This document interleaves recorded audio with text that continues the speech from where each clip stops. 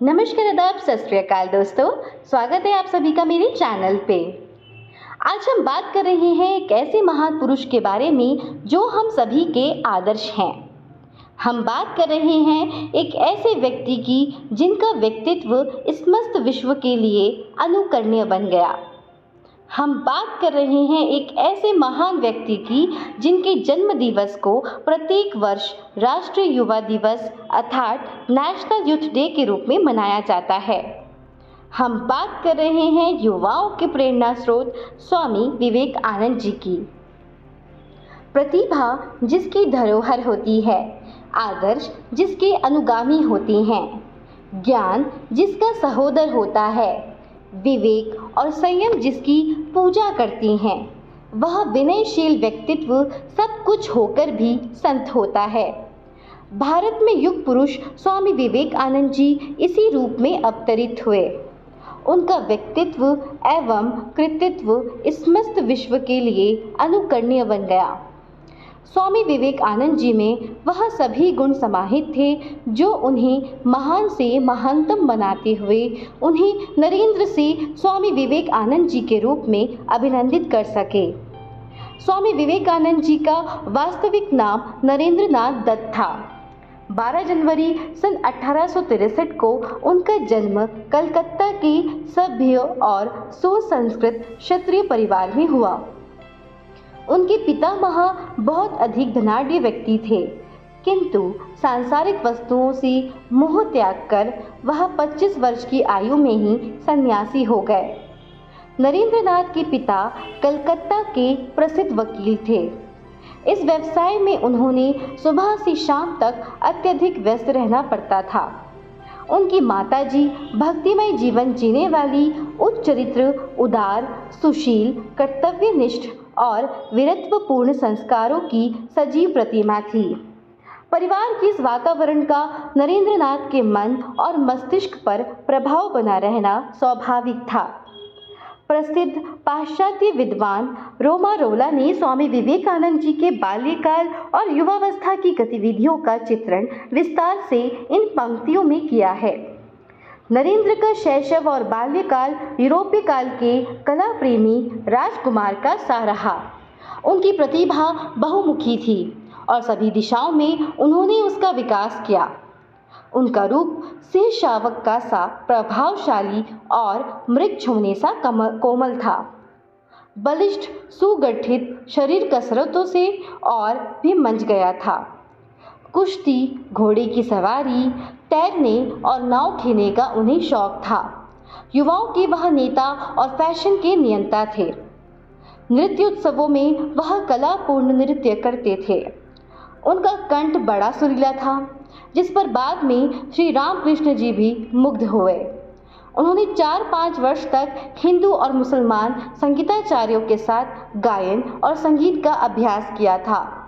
वह स्वयं गीत लिखते भी थे और उन्होंने भारतीय संगीत के दर्शन और विज्ञान पर एक संदर्भ ग्रंथ भी प्रकाशित किया था। संगीत उनके लिए सदैव उस मंदिर का द्वार था जिससे होकर ही परम तत्व की ओर बढ़ा जा सकता है। कॉलेज में उनकी प्रखर मेधा ने विज्ञान, ज्योतिष, गणित, दर्शन, भारतीय तथा यूरोपीय भाषाओं पर समान अधिकार करके सबको चकित कर दिया। उन्होंने संस्कृत और अंग्रेजी काव्य पढ़ा, ग्रीन और गिबन के इतिहास ग्रंथों का मनन किया। फ्रांसीसी क्रांति और नेपोलियन से वह प्रभावित हुए। अनेक भारतीय बालकों की भांति उन्होंने बचपन से ही एकाग्र चिंतन का अभ्यास किया। रात को वह वेदांत और द इमिटेशन ऑफ क्राइस्ट का अध्ययन किया करते। दार्शनिक विमर्श से उन्हें प्रेम था। चिंतन, आलोचन, विवेचन की इस प्रवृत्ति के कारण ही अनंतर उनका नाम विवेकानंद पड़ा। उन्होंने सौंदर्य में यूनानी आदर्श का और भारतीय जर्मन चिंतन का समन्वय करने का प्रयत्न किया, पर उनके विश्वासवाद के बाद भी जो जीवन के सभी रूपों पर अभ्यंतर की सत्ता की प्रतिष्ठा में उन्हें लेनार्डो और आल्बर्टी के समकक्ष ले जाता था। शिखर पर एक धर्मवान और परम पवित्र आत्मा का मुकुट भी शोभित था।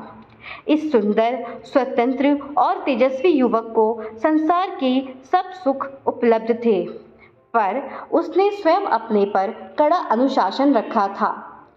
बिना किसी संप्रदाय से बंधे अथवा पद्धति को अपनाए भी उसे अनुभव रहा था कि शरीर और मन की पवित्रता एक आध्यात्मिक शक्ति है जिसकी आग जीवन के प्रत्येक अंग में बस सकती है, किंतु थोड़े से दूषण से बुझ जाती है। साथ ही नरेंद्र पर उसकी भव्य नीति की छाया भी थी। उसकी दिशा को ठीक ठाक ना सब पहचानते हुए भी नरेंद्र में उसके योग्य होने की और उसे निष्पन्न करने की लालसा थी। 19वीं सदी का युग बंगाल तथा सारे भारत के पुनरुत्थान का युग था। बहुत दिनों की गुलामी के कारण भारतवासियों के जीवन में जड़ता, स्वार्थपरता, अशिक्षा तथा जाति भेद के अति प्रचार, आपस में एक दूसरे के लिए घृणा तथा अलगाव आदि ने भारतीय समाज को खोखला कर दिया था। श्री केशव चंद्र सेन के प्रभाव से वह बंगाल के युवा ब्राह्मण आंदोलन में सम्मिलित हो गए। इसका उद्देश्य था जाति धर्म के भेदभाव के बिना भारतीय जनता की शिक्षा और एकता। ये ब्राह्मी सुधारक ईसाई मिशनरियों से भी अधिक उग्रता के साथ सनातन हिंदू धर्म पर चोट कर रहे थे। नरेंद्र ने स्वतंत्र और सप्रमाण बुद्धि प्राप्ति की थी। उन्होंने शीघ्र ही यह अनुभव कर लिया था कि इन आलोचकों का मन संकीर्णता से भरा हुआ है। वह अधूरे पश्चिमी विज्ञान के समक्ष भारतीय ज्ञान को अपदस्थ करने के पक्ष में ना हो सके। फिर भी वह ब्राह्मण समाज की सभाओं में जाते रहे, किंतु उनका मन पूरी तरह अशांत था। नरेंद्र का मन संशय की दुनिया से मुक्ति पाने को बेचैन हो उठा। अंततः उन्हें इस विवशता भरी बेचैनी से मुक्ति मिली। विचारों और कार्यों के लिए एक नया क्षेत्र मिला। उनका परिचय एक युग प्रतिभा से हुआ। उनकी अवस्था 18 वर्ष की थी और वह विश्वविद्यालय की अपनी पहली परीक्षा की तैयारी कर रहे थे।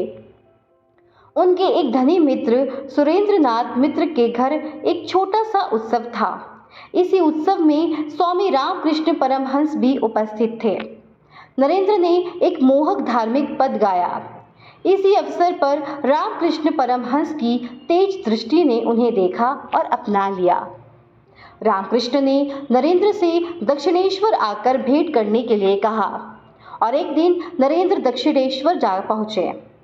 स्वामी रामकृष्ण परमहंस तो मानो उनकी प्रतीक्षा ही कर रहे थे। उन्होंने बड़े प्रेम से बातें की। कुछ देर संगीत और वार्तालाप चला। फिर स्वामी रामकृष्ण नरेंद्र को एकांत में ले गए। स्नेह से नरेंद्र का हाथ पकड़कर बोले, इतने दिनों तक तू मुझे भूलकर कैसे रहा? कब से मैं तेरे आने की प्रतीक्षा कर रहा हूँ। नरेंद्र खामोश, क्या कहे। थोड़ी देर बाद रामकृष्ण विहल हो उठे। हाथ जोड़कर नरेंद्र के सामने खड़े हो गए। कहने लगे, तुम सप्त ऋषि मंडल के ऋषि हो, नर के रूप में नारायण हो। तुमने जीवों के कल्याण के लिए जन्म लिया है। नरेंद्र को स्वामी रामकृष्ण की बातें पागलों की सी लगी। लोग परमहंस को महापुरुष मानते थे। कहते थे कि उन्हें ईश्वर के दर्शन हो चुके हैं। परमहंस माँ काली के बहुत बड़े भक्त थे। माँ काली उन्हें सिद्ध थी, पर नरेंद्र को परमहंस एक पागल पुजारी जैसे लगे। उन्होंने परमहंस की परीक्षा लेने का निश्चय किया। उस दिन वह बिना कुछ कहे सुने मठ से लौट आए, परंतु परमहंस में कुछ अजीब आकर्षण था। तभी तो नरेंद्र कभी कभी पागल पुजारी के यहाँ पहुँच ही जाते थे। एक दिन नरेंद्र ने स्वामी रामकृष्ण जी से प्रश्न किया, महाराज, क्या आपने ईश्वर के दर्शन किए हैं? रामकृष्ण बोले, हाँ बेटा, मैंने ईश्वर के दर्शन किए हैं। तुम भी ईश्वर को अपनी आंखों से देख सकते हो, पर इसके लिए तुम्हें मेरे कहने के अनुसार कार्य करना होगा। नरेंद्र कुछ नहीं बोले। वह व्यक्ति की परीक्षा ले चुकने के बाद ही निर्णय लेते थे, इसलिए उन्होंने परमहंस को गुरु नहीं बनाया और वह दक्षिणेश्वर से लौट आए। बहुत दिनों तक नरेंद्र परमहंस के पास नहीं गए। उधर परमहंस नरेंद्र के लिए व्याकुल हो उठे। एक दिन उन्हें पता चला कि नरेंद्र ब्रह्म समाज में बैठे हैं। बस वह वहीं जा पहुँचे। ब्रह्म समाजियों ने रामकृष्ण का बड़ा अपमान किया। इससे नरेंद्र को बड़ा दुख हुआ। उस दिन से उन्होंने ब्राह्मण समाज में जाना छोड़ दिया। एक प्रकार से उससे संबंध ही तोड़ लिया। उन्हीं दिनों नरेंद्र के साथ एक विचित्र घटना घटी। एक दिन वह दक्षिणेश्वर में बहुत से भक्तों के साथ बैठे थे। स्वामी रामकृष्ण भक्तों को कुछ बातें बता रहे थे। एकाएक स्वामी जी अपने आसन से उठे। नरेंद्र के पास आकर उन्होंने उनके कंधे पर अपना एक चरण रख दिया। नरेंद्र की दशा ही विचित्र हो गई। उन्हें लगा जैसे सब कुछ मिट गया है, अकेले वही एक रह गए हैं। धीरे धीरे वह स्वयं भी विलीन होने लगे। वह एकाएक चीख उठे, आपने मेरा यह क्या कर डाला? मेरे माता पिता जो हैं। परमहंस ने अपना हाथ उनके हृदय पर रख दिया। नरेंद्र बिल्कुल ठीक हो गए। अब उन्हें कोई शंका न रह गई कि परमहंस साधारण मनुष्य नहीं है, वह कोई तेज पुरुष है। बस उन्होंने मन ही मन स्वामी रामकृष्ण जी को गुरु मान लिया। 3 वर्ष के उपरांत विवेकानंद के समक्ष अभूतपूर्व मानसिक संकट उपस्थित हुआ। सन 1884 के आरंभ में हृदय गति रफक जाने से उनके पिता की मृत्यु हो गई। पिता ने आमदनी से अधिक खर्च किया था, इसलिए घर की आर्थिक स्थिति अच्छी ना थी। 6-7 प्राणियों का भरण पोषण और ऊपर से ऋण का बोझ। उन्होंने नौकरी की खोज की, किंतु उसमें अपमानजनक व्यवहार के अतिरिक्त उन्हें कुछ नहीं मिला। घोर निराशा की स्थिति में वे संन्यास लेना चाहते थे, किंतु रामकृष्ण परमहंस के समझाने पर उन्होंने अपना निश्चय बदल दिया। रामकृष्ण ने उनसे कहा, यह मैं जानता हूँ कि तुम संसार में नहीं रह सकते, पर जब तक मैं जीवित हूँ तब तक इसे ना छोड़ो। इतना ही मेरा अनुरोध है। एक दिन उन्होंने स्वामी रामकृष्ण जी से प्रार्थना की, मेरी माँ और भाई बहन बड़े आर्थिक कष्ट में हैं, आप काली माँ से उनके लिए कुछ प्रार्थना कर दीजिए ना। परमहंस बोले, मैंने कभी काली माँ से कुछ नहीं मांगा, और फिर तू तो काली माँ को मानता नहीं, फिर तेरे लिए वह किसी की प्रार्थना क्यों स्वीकार करने? नरेंद्र कुछ नहीं बोले। कुछ देर बाद परमहंस ने कहा, आज मंगलवार है, आज रात को तो खुद जाकर माँ से मांगेगा, वह तुझे मिलेगा।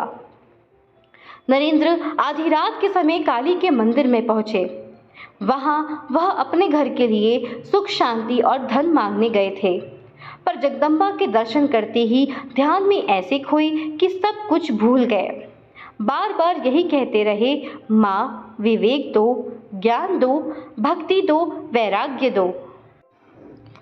मंदिर से लौटकर नरेंद्र दक्षिणेश्वर पहुंचे। स्वामी रामकृष्ण ने पूछा, क्या मांगा रे? तब नरेंद्र को ध्यान आया कि वह क्या मांगने गए थे और क्या मांग बैठे। वह बोले, मैं तो परिवार के लिए कुछ भी नहीं मांग पाया। परमहंस ने बड़े स्नेह से कहा, तेरे भाग्य में सांसारिक सुख नहीं है। तेरा जन्म मनुष्य जाति के कल्याण के लिए हुआ है, इसके लिए तुझे कष्ट भी उठाने होंगे। पर जा, तेरे परिवार वालों को सूखी रोटी और मोटे वस्त्र की कभी कमी ना होगी। अगस्त सन 1886 में रामकृष्ण परमहंस देहगत रूप से संसार से विदा हुए। मृत्यु से 4 दिन पूर्व उन्होंने विवेकानंद जी को अपने पास बुलाया और निर्देश दिया कि उन दोनों को अकेला छोड़ दिया जाए। स्नेह भरी दृष्टि से उन्होंने विवेकानंद जी को देखा और समाधिस्थ हुए। जब वह जागे तो उनकी आंखों में आंसू भरे हुए थे। गुरु ने विवेकानंद जी से कहा, आज मैंने अपना सब कुछ तुम्हें दे दिया है और अब मैं निरा कंगाल हूँ, जिसका अपना कुछ नहीं है। इस शक्ति से तुम संसार का बहुत सा हित कर सकोगे और उसको पूरा करके ही वापस लौटोगे। रविवार 15 अगस्त 1886 को स्वामी रामकृष्ण ने अंतिम समाधि लगाई और शरीर छोड़ दिया। स्वामी जी के देहावसान के बाद विवेकानंद के सामने यह प्रश्न उभर कर आया कि गुरु के द्वारा दिए गए मंत्र को किस रूप में साकार किया जाए। जिस शक्ति ने उन्हें प्रश्न दिए थे, उत्तर भी उसी ने दिए और फिर विवेकानंद जी के जीवन का एक नया अध्याय आरंभ हुआ। मन में सौंदर्य बोध की असीम आकांक्षा थी। एक बेचैनी ने उन्हें संपूर्ण भारत को स्वतः समझने के लिए एक यात्री बना दिया। शरीर पर एक कोपिन, हाथ में कमंडलू, यही स्वामी विवेकानंद जी की वेशभूषा थी। वे जहाँ भी पहुँचते लोग उनके आकर्षण में खींचे चले आते। अलवर के महाराज ने उनका शिष्यत्व स्वीकार किया। जयपुर में उनका विशद सम्मान हुआ। खेतरी के महाराज उनके चरणों में लेट गए। गुजरात के रेगिस्तान को उन्होंने पैदल पार किया। अहमदाबाद में इस्लामी और जैन संस्कृति से उनका परिचय हुआ। मैसूर नरेश उनसे अत्यधिक प्रभावित हुए। दक्षिण के मंदिरों के अवलोकन से भारतीय संस्कृति के प्रति उनकी आस्था सबल हो उठी। नालंदा और सारनाथ के भग्न स्तूपों ने महात्मा बुद्ध के प्रति उनके विश्वास को जागृत किया। आगरा में ताज की भव्यता ने उन्हें विमोहित कर दिया। जब स्वामी जी दक्षिण यात्रा में थे, उन्हें समाचार मिला कि शिकागो में विश्व धर्म सम्मेलन होने वाला है। दक्षिण भारत के लोग चाहते थे कि स्वामी जी वहां हिंदू धर्म के प्रतिनिधि के रूप में जाएं। उन लोगों ने पर्याप्त धन भी एकत्र किया, पर स्वामी जी ने उसे स्वीकार नहीं किया और कहा कि जाना होगा तो सारी व्यवस्था अपने आप हो जाएगी, आप चिंता न करें। अमेरिका जाने से पूर्व स्वामी जी कन्याकुमारी गए। वह बहुत भूखे और थके हुए थे।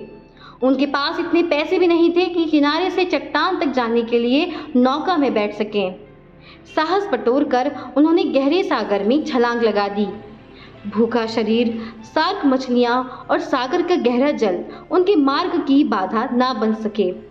उन्होंने तैरकर मार्ग पूरा किया और चट्टान पर पहुंचकर गहन साधना में लीन हो गए। यहाँ विवेकानंद पूर्ण बोध की अवस्था में पहुंच गए। कन्याकुमारी में बैठकर ही उन्होंने अपने भावी कार्यक्रम की रूपरेखा बनाई। निर्धन और दलित वर्ग के कष्टों ने उन्हें व्यग्र कर दिया था। दूरस्थ देशों की यात्रा करके भारतीय गौरव को वहां पहुंचने की तीव्र इच्छा उनके मन में यहीं पर जागृत हुई। स्वामी जी ने शिकागो के विश्व धर्म सम्मेलन में जाने का निश्चय किया। यद्यपि उनके पास किसी भी प्रकार का निमंत्रण नहीं था, किंतु वह अपनी बात सम्मेलन में रखना चाहते थे। अपने गुरु रामकृष्ण परमहंस की पत्नी से आशीष प्राप्त कर हजारों निर्धन व बेसहारा व्यक्तियों, मित्रों और शुभ चिंतकों के अमित प्यार को लेकर भारत की सांस्कृतिक विजय की घोषणा करने के लिए उन्होंने 31 मई 1893 को बंबई से प्रस्थान किया। अनेक बाधाओं को पार करते हुए स्वामी जी शिकागो पहुंचे, किंतु उनकी कठिनाइयों का अंत नहीं हुआ था। सबसे बड़ी कठिनाई तो तब सामने आई जब उन्हें यह बताया गया कि धर्म सम्मेलन सितंबर में होगा। उनकी चिंता का कारण एक और भी था। धर्म सम्मेलन में बिना परिचय पत्र के कोई भाग नहीं ले सकता था। स्वामी जी को तो कोई जानता भी नहीं था, फिर परिचय पत्र कैसे मिले? बोस्टन की यात्रा करते समय उनका परिचय एक वृद्ध महिला से हुआ। उसने प्रभावित होकर स्वामी जी को अपना अतिथि बनाया। उसी के प्रयास से स्वामी जी को धर्म सम्मेलन का परिचय पत्र प्राप्त हुआ। शिकागो सम्मेलन के पहले दिन उन्हें सबसे अंत में बोलने का अवसर दिया गया। सबसे अंत में उन्हें इस कारण रखा गया था कि जनता के लिए कोई विशेष आकर्षण नहीं थे। उन्हें केवल 5 मिनट का समय दिया गया था, जिसमें उन्हें अपने विचार रखने थे। स्वामी जी ने अपना भाषण आरंभ किया। उन्होंने कहा, अमेरिका के मेरे भाइयों और बहनों। उनके पहले वाक्य ने ही लोगों का मन जीत लिया। उनसे पहले 5 प्रतिनिधि बोल चुके थे। किसी ने भी लोगों को प्यार से भाई बहन नहीं कहा था। स्वामी जी की वाणी ने जैसे जादू कर दिया। लोग मंत्रमुग्ध होकर उन्हें सुनते रहे। कई घंटे बीत गए और श्रोता रस के सागर में डूबे रहे। 17 दिन तक चलने वाले इस विश्व धर्म सम्मेलन में स्वामी जी ने 10-12 बार अपने विचार प्रकट किए। अखंड आस्था से प्रत्येक बार नए तर्क देकर उन्होंने विश्व धर्म की अपनी उस कल्पना का निरूपण किया जो देश काल से परे है।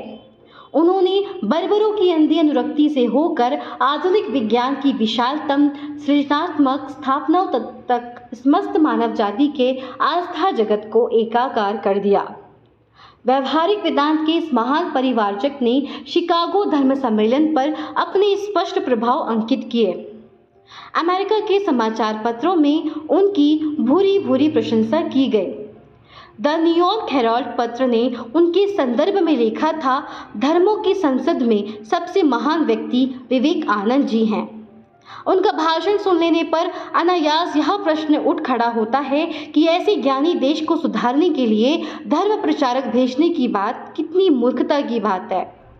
शिकागो की धर्म संसद में भाषणकर्ता अपने लेख पढ़कर विचारों को प्रस्तुत कर रहे थे, जबकि स्वामी विवेकानंद जी ही एक ऐसे व्यक्ति थे जिन्होंने बिना किसी पूर्व तैयारी के धारा प्रवाह अपने विचारों को अभिव्यक्त किया।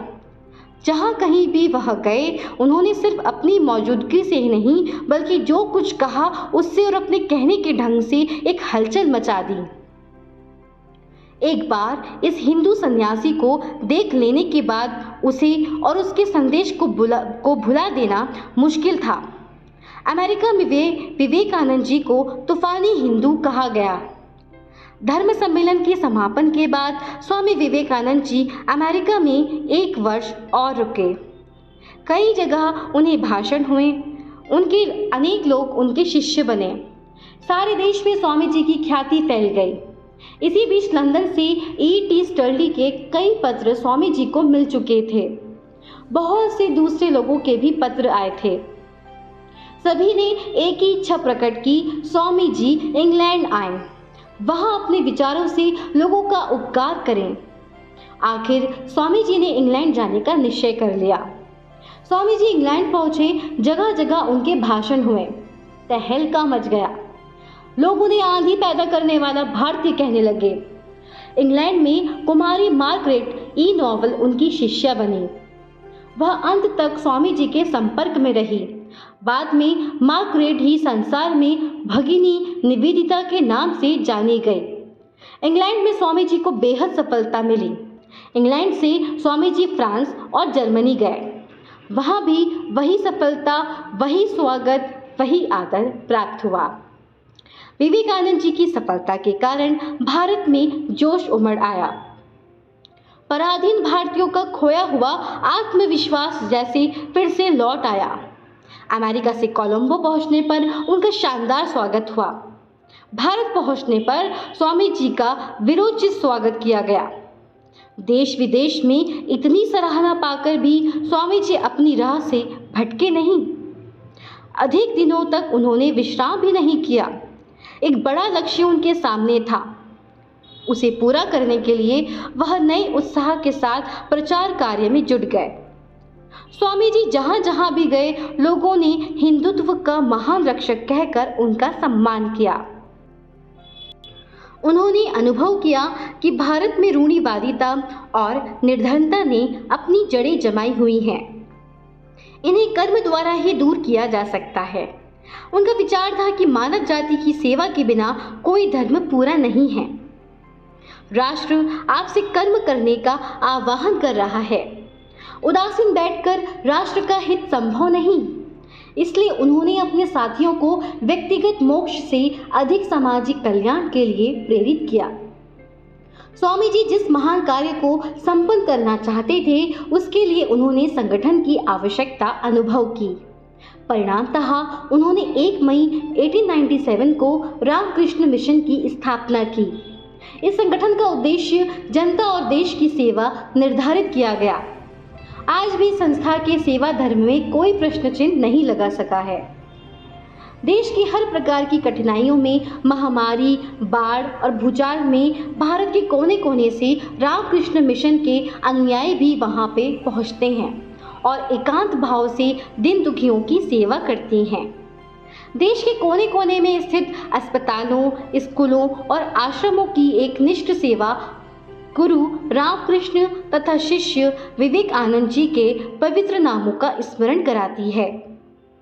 रामकृष्ण मिशन की स्थापना के लगभग 2 वर्ष बाद स्वामी विवेकानंद जी पुनः विदेश यात्रा पर गए और उन्होंने वहां की रामकृष्ण की संस्थाओं की शाखाओं का निरीक्षण किया। अमेरिका के अतिरिक्त इस बार उन्होंने इंग्लैंड, फ्रांस, ऑस्ट्रिया, बल्कान राज्य, ग्रीस तथा मिस्र का भी भ्रमण किया। अपनी इस यात्रा से स्वामी जी 1 दिसंबर 1900 को भारत लौटे। कठिन परिश्रम और विश्राम की कमी के कारण स्वामी जी का शरीर निरंतर क्षीण होता जा रहा था। जीवन के अंतिम 2 वर्षों में से उनका अधिकांश समय कलकत्ता के बेलूर मठ में व्यतीत हुआ। शुक्रवार 4 जुलाई 1902 को वे अत्यधिक प्रसन्न और प्रफुल्ल थे। ब्राह्मी मुहूर्त में वे उठे, पूजा घर में गए, एकांत में 11 बजे तक ध्यान किया, रुचिपूर्वक शिष्यों के साथ बैठकर भोजन किया, उत्साह के साथ उनसे बातें करते रहे। उन्होंने कहा, मेरी यात्रा आरंभ हो चुकी है। उनके महाप्रयाण के अंतिम क्षणों का चित्रण रोमालोना ने इस प्रकार किया है। 7 बजे मठ में आरती के लिए घंटी बजी। वह अपने कमरे में चले गए और गंगा की ओर देखने लगे। फिर उन्होंने उस छात्र को जो उनके साथ था बाहर भेज दिया। कहा कि मेरे ध्यान में विघ्न नहीं होना चाहिए। 45 मिनट बाद उन्होंने उसे बुलाया। सब खिड़कियां खुलवा दी। भूमि पर चुपचाप बाएं करवट लेटे रहे और ऐसे ही निश्चल लेटे रहे। वह ध्यान मग्न प्रतीत होते थे। घंटे पहर बाद उन्होंने करवट ली, गहरा निश्वास छोड़ा। कुछ एक क्षण तक मौन छाया रहा। पुतलियां पलकों के मध्य में स्थिर हो गईं। एक और गहरा निश्वास और फिर चिर मौन छा गया। केवल 39 वर्ष की उम्र में स्वामी विवेकानंद जी परलोकवासी हो गए, पर वह जो काम कर गए वह एक महान कर्मयोगी के लिए ही संभव था। तो ये था हमारा स्वामी विवेकानंद जी के बारे में। मैं आशा करती हूँ कि आप सभी को ये पसंद आया होगा। अगर आपने मेरे चैनल को लाइक और सब्सक्राइब नहीं किया है तो कर लीजिए। फिर मिलते हैं हम नेक्स्ट वीडियो में। ऐसे ही किसी महान व्यक्ति के बारे में हम बात करेंगे। तब तक के लिए धन्यवाद।